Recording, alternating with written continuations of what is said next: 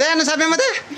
Kanina po, yung papunta pa lang kami dito, ang dami kong naramdaman. Parang hindi naman ako nalulupo. Bakit parang nalulupo na ako kanina? Hirap na ako umakyat sa kahit sa mga sasakyan. Hindi na ako makaano. Tapos kanina dyan, sabi ko sa kanya, hindi ko na talaga kaya maglakad. Eh, saan pa galing yung Bulacan? Bulacan po. Ngayon, nasa Kalawan, Laguna po kami, Barangay Dayak. Tapos ito Ayaw niya po, pumunta ng Pampanga, gusto niya Laguna. Ayaw sa malapit, gusto sa malayo.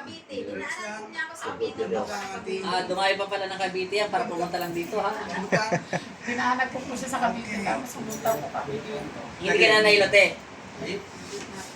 Try mo tumayo. Tayo lang, walang lakad, ha?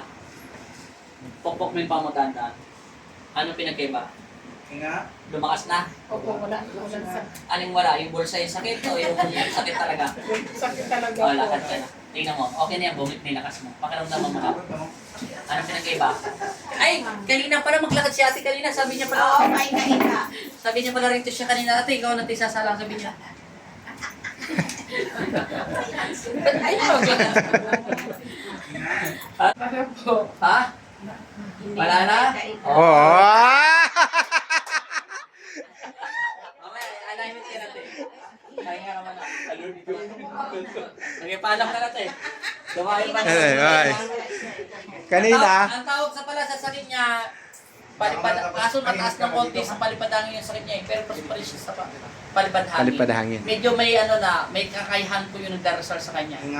Lamang siya ng 2 punto sa organ sa mabababang palipadhangin. Mataas na kasi siya. Pandemic pa pala yan. bye-bye. Opo, pandemic pa po yan. Yung napunta kami doon, ako. Salamat po, Lord.